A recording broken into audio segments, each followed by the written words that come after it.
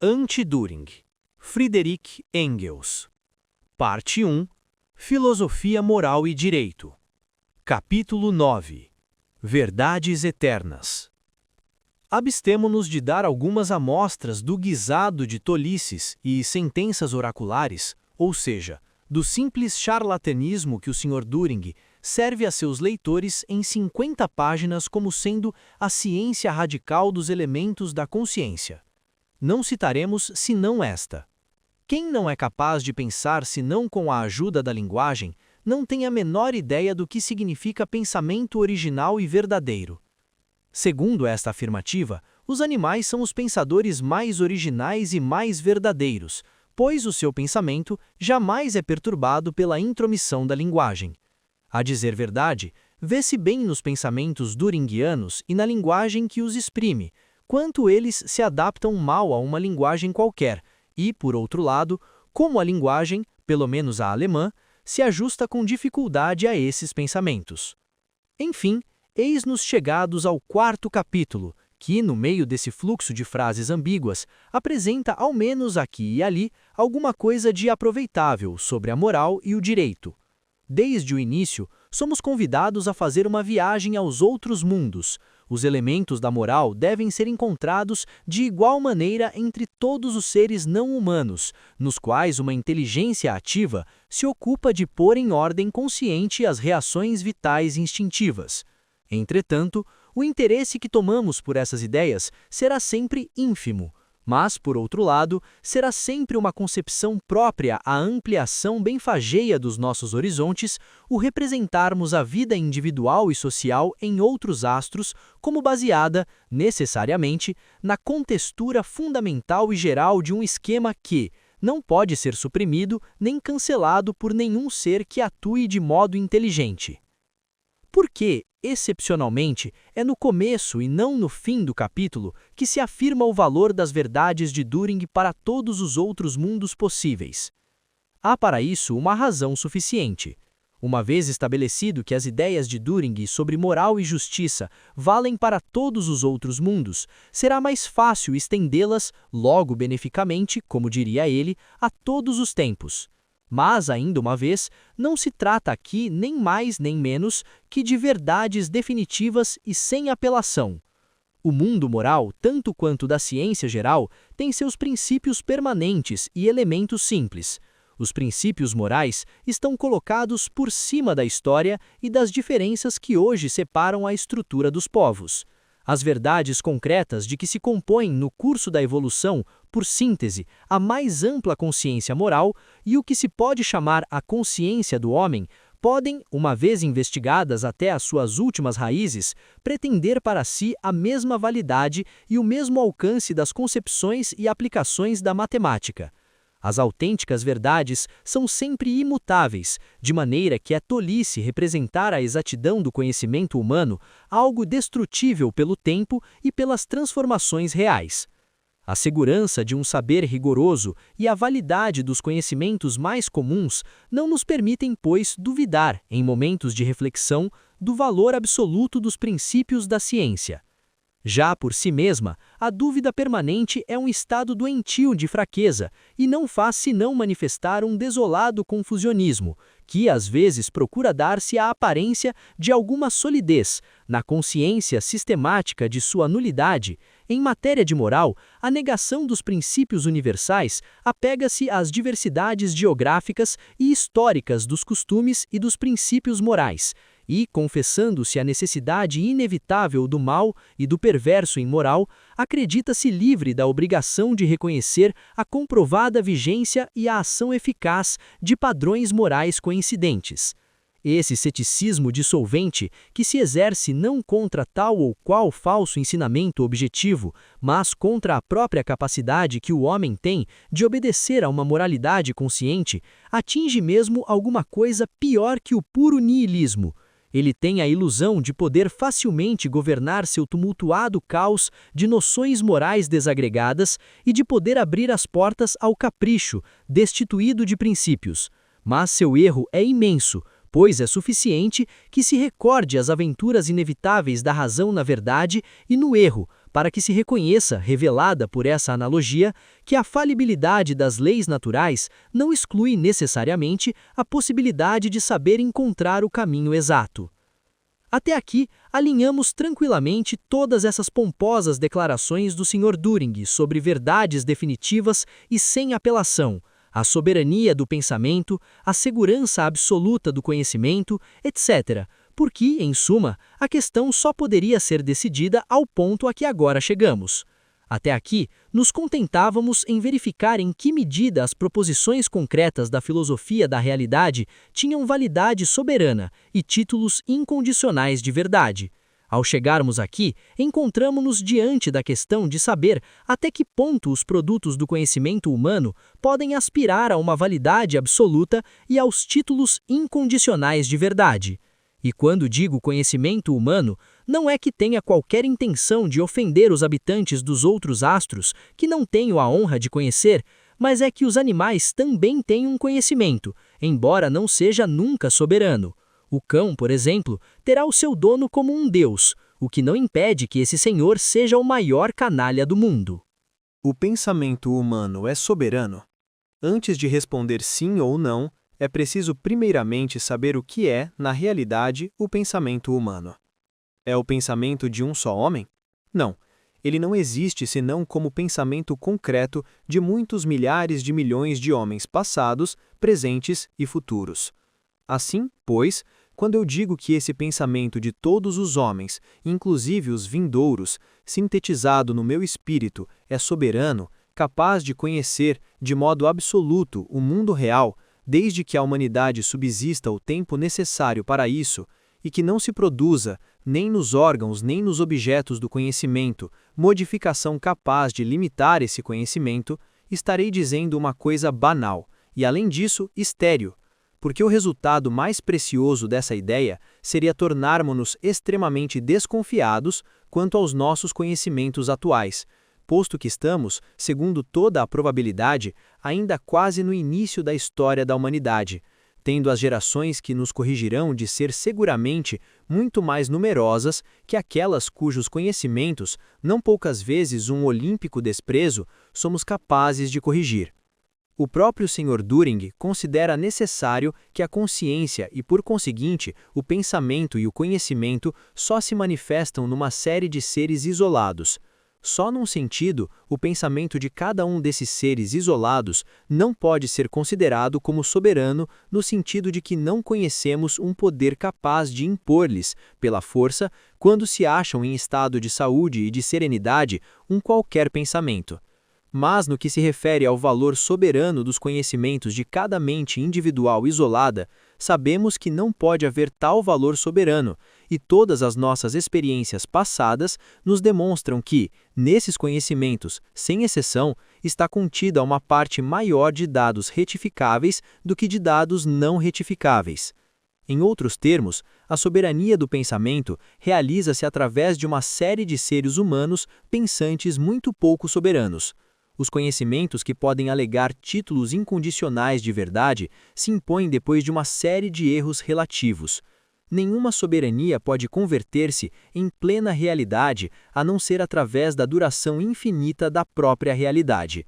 Encontramos aqui a mesma contradição que já indicamos no trecho acima, entre o caráter, que necessariamente temos que nos apresentar como absoluto do pensamento humano, e a realidade desse pensamento numa multidão de seres humanos isolados de pensamento limitado.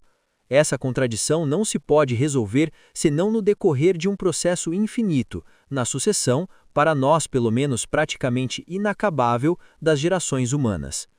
Nesse sentido, podemos dizer que o pensamento humano é ao mesmo tempo soberano e não soberano, e a sua capacidade cognitiva é ao mesmo tempo limitada e absoluta.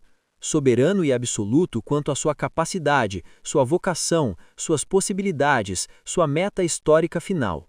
Não soberano e limitado quanto à sua aplicação concreta e à realidade de cada caso particular. O mesmo acontece com as verdades eternas.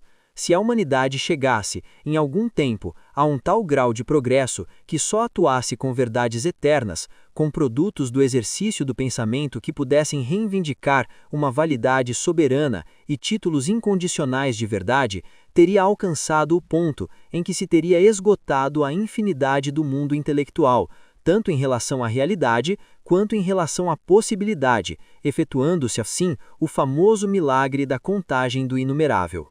Mas será possível que existam verdades tão incontestáveis que toda a dúvida a seu respeito nos faça supor necessariamente um indício de imbecilidade? Quando dizemos que 2 e 2 são 4, que os 3 ângulos de um triângulo equivalem a 2 retos, que Paris está em França, que o homem que não se alimenta morre de fome, etc., não estamos afirmando verdades incontestáveis? Existem porventura verdades eternas, verdades definitivas e inapeláveis? É fora de dúvida que não, e, seguindo a conhecida tradição, poderemos dividir todo o campo do conhecimento em 3 grandes zonas. A primeira compreende todas as ciências que estudam a natureza inanimada e que, em menor ou maior grau, podem ser tratadas pelos métodos matemáticos, as matemáticas, a astronomia, a mecânica, a química. Se há quem prefira aplicar palavras retumbantes a coisas tão simples, pode afirmar que alguns dos resultados dessas ciências são verdades eternas, verdades definitivas e inapeláveis, e esse é justamente o motivo pelo qual essas ciências são chamadas de exatas. Mas isso não significa que todos os seus resultados sejam exatos. Ao introduzir as grandezas variáveis e estender sua variabilidade até o infinitamente grande e o infinitamente pequeno, as puritanas matemáticas cometeram o pecado original. Morderam a maçã do bem e do mal, que lhes abriu um caminho de grandes triunfos, mas também de grandes erros. A pureza das verdades absolutas, o valor incontestável das matemáticas, havia desse modo terminado. Iniciou-se a era das controvérsias e assim chegamos a uma situação em que a maioria dos matemáticos se debata com suas diferenciais e integrais, não porque saibam o que estão fazendo, mas por puro ato de fé, porque sempre viram fazer assim. Mas é ainda pior o que se dá com a astronomia e mecânica, sem falarmos da física e da química. Nelas, o cientista move-se dentro de um turbilhão de hipóteses que o assaltam de todos os lados como um enxame de abelhas. E é natural que assim seja. A física trata dos movimentos das moléculas, a química da formação das moléculas partindo de átomos, e se as interferências das ondas luminosas não é uma fábula, não há a menor esperança de que possamos algum dia chegar a ver esses tão interessantes objetos com os nossos próprios olhos. É assombroso verificar como vão desaparecendo com o tempo, nesse assunto, as verdades definitivas e inapeláveis. Incomparavelmente mais difícil é o terreno em que pisamos em geologia, ciência que estuda por sua própria natureza e, em primeiro lugar, fenômenos que não só não assistimos, como também não foram assistidos por nenhum outro homem, em época alguma. Aqui, a procura de verdades definitivas e inapeláveis é extraordinariamente penosa e de rendimento escassíssimo, além do mais. A segunda categoria de ciências é a das que têm a seu cargo a investigação dos fenômenos que ocorrem nos organismos vivos. Neste campo de estudos, desenvolve-se uma série tão diversa de ações e de reações, de recíprocas causalidades, que cada problema resolvido coloca um sem número de problemas novos, além de existirem não poucos problemas que se conseguem resolver apenas pouco a pouco, por meio de investigações que duram às vezes séculos inteiros. Além disso, a necessidade de formar-se uma noção sistemática das concatenações científicas obriga constantemente o cientista a envolver as verdades definitivas e imperecíveis com uma verdadeira floresta de hipóteses. Pense-se na imensa sucessão de fases intermediárias que foi preciso percorrer-se, desde Galeno até Malpighi, para tornar clara uma coisa tão simples como a circulação do sangue nos mamíferos. Pense-se no pouco que sabemos do processo de produção dos glóbulos do sangue e na série de elos intermediários que nos faltam, ainda hoje, por exemplo, para poder relacionar racionalmente os sintomas de uma enfermidade com suas causas. De vez em quando e com muita frequência, aparece uma descoberta, como esta da célula, que nos obriga a submeter a uma total revisão as noções que considerávamos verdades definitivas e imperecíveis no campo da biologia, e a deixar de lado para sempre inúmeras delas. Assim, quem se empenha a defender aqui, a todo trance, autênticas verdades imutáveis, está se restringindo a formular vulgaridades, no estilo das que damos a seguir. Todos os homens são mortais. As fêmeas dos mamíferos têm, sem exceção, glândulas mamárias, etc. Nem sequer se poderá aventurar a afirmação de que os animais superiores digerem com o estômago e o intestino, e não com a cabeça, pela simples razão de que a função nervosa, centralizada na cabeça, é indispensável para a digestão. Mas as verdades eternas saem perdendo ainda mais no terceiro grupo de ciências, as ciências históricas, aquelas que investigam, na sua sucessão histórica e nos seus resultados atuais, as condições de vida dos homens, as relações sociais, as formas do direito e do Estado, com a sua superestrutura ideal, filosófica, religiosa, artística, etc. Pelo menos na natureza biológica, nos aparecem muitos fenômenos que, quando necessitamos observá-los diretamente, podemos fazê-lo, porque eles se repetem, com certa regularidade, dentro de limites de tempo bastante dilatados. As espécies animais e vegetais continuam sendo, de modo geral, as mesmas do tempo de Aristóteles. O mesmo não acontece na história da sociedade, na qual as repetições de situações, desde que ultrapassamos a pré-história da humanidade, a chamada Idade da Pedra, são a exceção e não a regra. Mesmo quando ocorrem, as repetições não se dão nunca exatamente nas mesmas condições. A mesma coisa acontece com o regime primitivo da propriedade coletiva da terra em todos os povos civilizados, e do mesmo modo com a forma de sua dissolução, que não se processa uniformemente em todos os povos. No campo da história da humanidade, a ciência se encontra, pois, muito mais atrasada que no campo da biologia. Ainda mais quando conseguimos conhecer, uma vez ou outra, a íntima ligação que existe entre as modalidades de vida, sociais e políticas de uma época, isso acontece em regra geral quando essas formas estão já semi-decadentes e caminham para a morte. O conhecimento é, pois, essencialmente relativo, porquanto seu objetivo é sempre o de penetrar no encadeamento e nas consequências de determinadas épocas e em determinados povos, além de serem, por sua própria natureza, transitórias e efêmeras. Desse modo, quem sair por esses domínios à caça de verdades definitivas e de última instância, de autênticas verdades verdadeiramente imutáveis, não conseguirá reunir grandes despojos, desde que não se contente com vulgaridades e lugares comuns da pior espécie, como por exemplo, o de que os homens não podem viver em geral sem trabalhar, o de que os homens até a nossa época têm estado até a nossa época divididos quase sempre em dominantes e dominados, ou então o fato de ter Napoleão morrido no dia 5 de maio de 1821, e assim por diante. Entretanto, é notável que seja este precisamente o campo em que com maior frequência deparamos com pretensas verdades eternas, verdades definitivas e inapeláveis, etc. Considerar verdades eternas que 2 e 2 são 4, que os pássaros têm bico e outras coisas deste gênero, não pode mais ocorrer a quem abrigue a secreta intenção de estabelecer o princípio das verdades eternas, de modo geral, para deste princípio extrair deduções sobre a existência também no campo da história humana de verdades eternas, como sejam uma moral eterna, uma justiça eterna, etc., com os mesmos títulos de legitimidade e o mesmo alcance das verdades matemáticas e as aplicações dessas verdades. E podemos ter segurança de que, se for assim, esse mesmo filântropo aproveitará a primeira oportunidade para nos assegurar que os fabricantes de verdades eternas que vieram antes dele não deixaram de ser, alguns mais, outros menos, umas bestas e uns charlatões, que todos andavam equivocados, que todos eram vítimas de erro, mas que os erros que cometeram, a sua falibilidade, é perfeitamente lógica, servindo para demonstrar a verdade e a exatidão que cercam o atual descobridor de verdades eternas, esse profeta recém-saído do forno, que traz na mochila pronta para ser posta em circulação a verdade definitiva e inapelável, a moral eterna, a eterna justiça.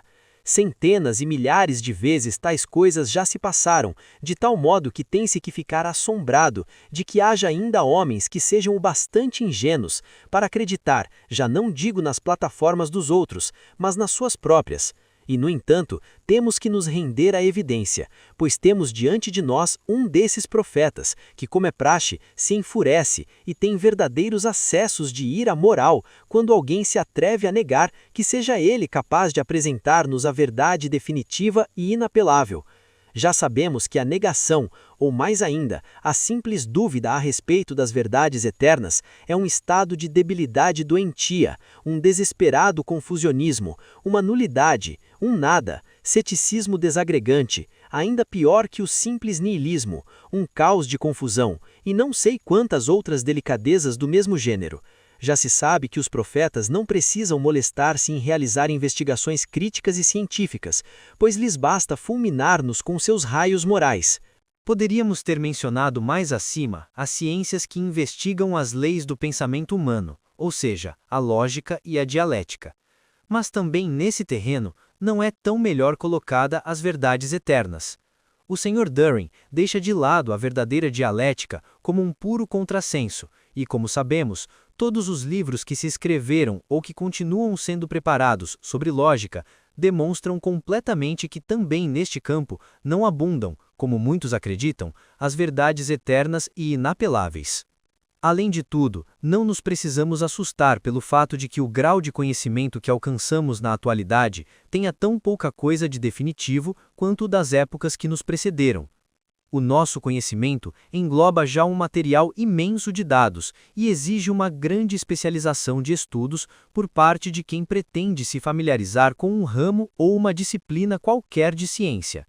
Mas quem se limita a medir com a estreiteza da verdade definitiva e sem apelação, da autêntica verdade imutável, conhecimentos que, ou estão destinados, como conhecimentos relativos por natureza, a serem estudados por muitas gerações e que, portanto, têm que ser completados pouco a pouco e gradualmente, ou aqueles outros que, como acontece com a cosmogonia, a geologia ou a história humana, são também e necessariamente têm que continuar a ser, por natureza, incompletos e parciais pela insuficiência mesma do material histórico. Quem, repetimos, se limita de tal forma, não faz mais que reafirmar com isso a sua própria ignorância e sua desorientação, embora não se proponha ele próprio, como no caso presente, a fazê-las ressaltar, arrogando-se, como defesa, títulos de infalibilidade pessoal. A verdade e o erro, como todos os conceitos que se movem dentro de antíteses polares, só têm aplicação absoluta dentro de uma zona muito limitada, como nós acabamos de ver, e como o próprio Sr. During saberia ver se tivesse uma noção dos primeiros rudimentos de dialética, que são justamente os que tratam da limitação de todas as antíteses polares. Tão logo a antítese de verdade e erro se afasta daquela zona circunscrita em que se deve mover, ela se converte de absoluta em relativa e perde, assim, todo e qualquer valor como meio estritamente científico de expressão. E se tentamos aplicá-la como valor absoluto, fora daquela órbita circunscrita, fracassamos definitivamente, pois os dois polos da antítese se tocam no inverso do que são, a verdade em erro e o erro em verdade. Tomemos como exemplo a conhecida lei de Boyle, segundo a qual, permanecendo invariável a temperatura, varia o volume dos gases na razão inversa da pressão a que estão submetidos. Regnault descobriu que esta lei não era aplicável a certos casos.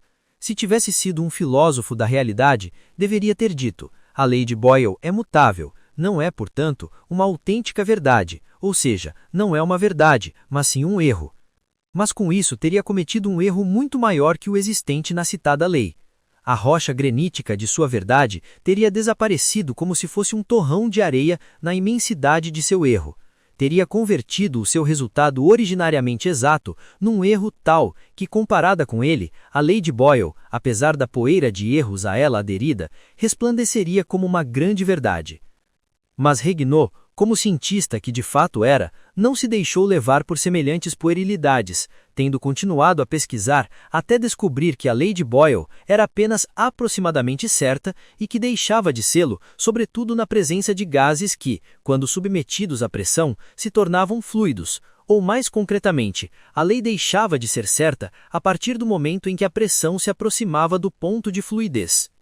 A lei de Boyle só se mantinha exata dentro de certos limites, mas dentro destes limites era absoluta, definitivamente verdadeira? Nenhum físico se atreverá a afirmar semelhante coisa.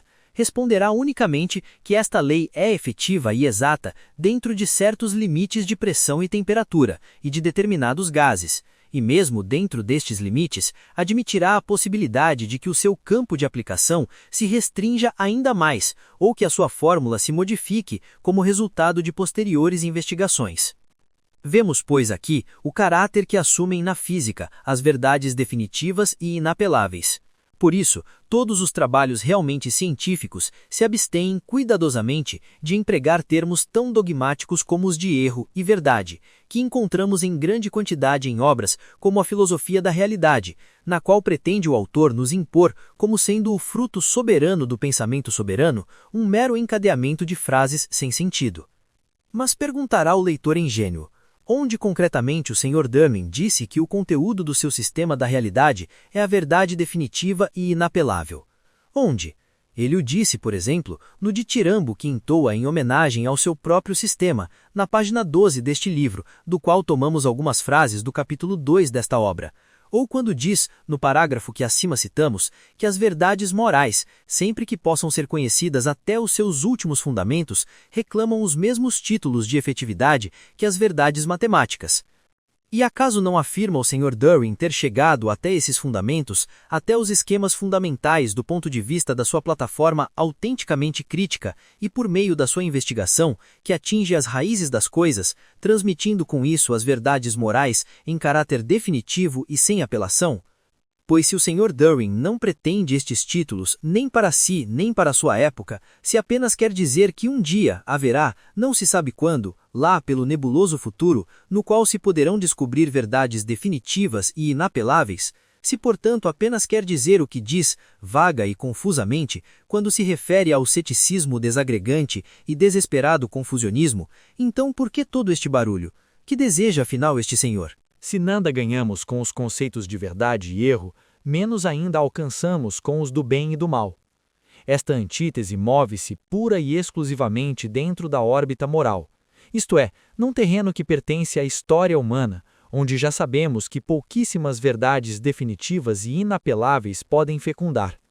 As ideias do bem e do mal variaram tanto de povo para povo, de geração para geração, que não poucas vezes chegam a se contradizer abertamente. Mas, replicará alguém com segurança, o que é bem não é mal, o que é mal não é bem, e se apaga qualquer distinção entre o bem e o mal, ter-se-á destruído a moral, e cada qual poderá fazer ou deixar de fazer o que bem entender. Com efeito, tal é, livre de todo disfarce oracular, a opinião do Sr. Durkheim. Mas o problema não é tão fácil de resolver, pois que assim sendo, não haveriam disputas sobre o que está bem e o que está mal, e todo mundo saberia se orientar sobre o que é bom e sobre o que é mal. Mas vejamos o que acontece em nossos dias. Que espécie de moral nos pregam hoje? Temos, em primeiro lugar, a moral cristã feudal, que nos legaram os velhos tempos da fé e que se divide fundamentalmente numa moral católica e numa moral protestante, com toda uma série de variações e subdivisões que vão desde a moral católica dos jesuítas e a moral ortodoxa dos protestantes, até uma moral de certo modo liberal e tolerante. E, ao lado dessas, temos a moderna moral burguesa, e ao lado da moral burguesa moderna, a moral proletária do futuro. Portanto, somente nos países mais cultos da Europa, nos defrontamos com 3 grupos de teorias morais, correspondentes ao passado, ao presente e ao futuro, pretendendo esses 3 grupos dominar concorrentes simultaneamente. Qual delas é a verdadeira? Em sentido absoluto e definitivo, nenhuma. Mas, evidentemente, a que contém mais garantias de permanência é a moral que, no presente, representa a destruição do presente, o futuro, ou seja, a moral proletária. Assim, verificando que as 3 classes que constituem a sociedade moderna, que são a aristocracia feudal, a burguesia e o proletariado, possuem cada uma sua moral particular, teremos necessariamente de concluir que os homens, consciente ou inconscientemente, fazem derivar suas ideias morais, em última análise, das condições práticas em que se baseia a sua situação de classe, ou seja, das condições econômicas em que produzem e trocam os seus produtos. Existe, porventura, algum elemento comum às três teorias morais mencionadas? Um só elemento que seja, que possamos acatar como verdade perene e definitiva? Essas três teorias morais representam outras tantas etapas distintas de um mesmo processo histórico, e por isso têm um fundo histórico comum, o que faz com que forçosamente elas contenham toda uma série de elementos comuns. E não é só, em fases idênticas ou aproximadamente equivalentes de desenvolvimento econômico, as teorias morais devem necessariamente coincidir, numa extensão maior ou menor. Ao surgir a propriedade privada sobre as coisas móveis, impôs-se necessariamente, em todas as sociedades nas quais existe essa instituição, um preceito de moral, comum a todas elas: não roubarás. Transformou-se este preceito por esse simples fato numa norma eterna de moral? Não. Numa sociedade em que tivessem desaparecido os móveis do roubo, na qual, portanto, de um modo geral, somente poderia roubar uma pessoa anormal, o pregador de moral que subisse ao púlpito para proclamar solenemente a verdade eterna do não roubarás seria vítima de zombaria generalizada. Não estamos dispostos, pois, a deixar que nos imponham como lei eterna, definitiva e imutável um qualquer dogma de moral sob o pretexto de que também o mundo moral tem os seus princípios permanentes que se colocam acima da história e das diferenças existentes entre os povos. Pelo contrário, afirmamos que até hoje todas as teorias morais foram, em última instância, produtos da situação econômica das sociedades em que foram formuladas. E, como até o dia de hoje a sociedade se desenvolveu sempre por antagonismos de classe, a moral foi também, sempre e forçosamente, uma moral de classe. Em alguns casos, construída para justificar a hegemonia e os interesses da classe dominante. Em outros, quando a classe oprimida se torna bastante poderosa para rebelar-se contra a classe opressora, a moral é construída para defender e legitimar o futuro em geral e os interesses da classe oprimida, em particular. Que esta evolução se processa sempre em largos traços, da mesma forma no campo da moral como nos demais ramos do conhecimento humano e sempre num sentido de progresso, é o que nos parece indubitável.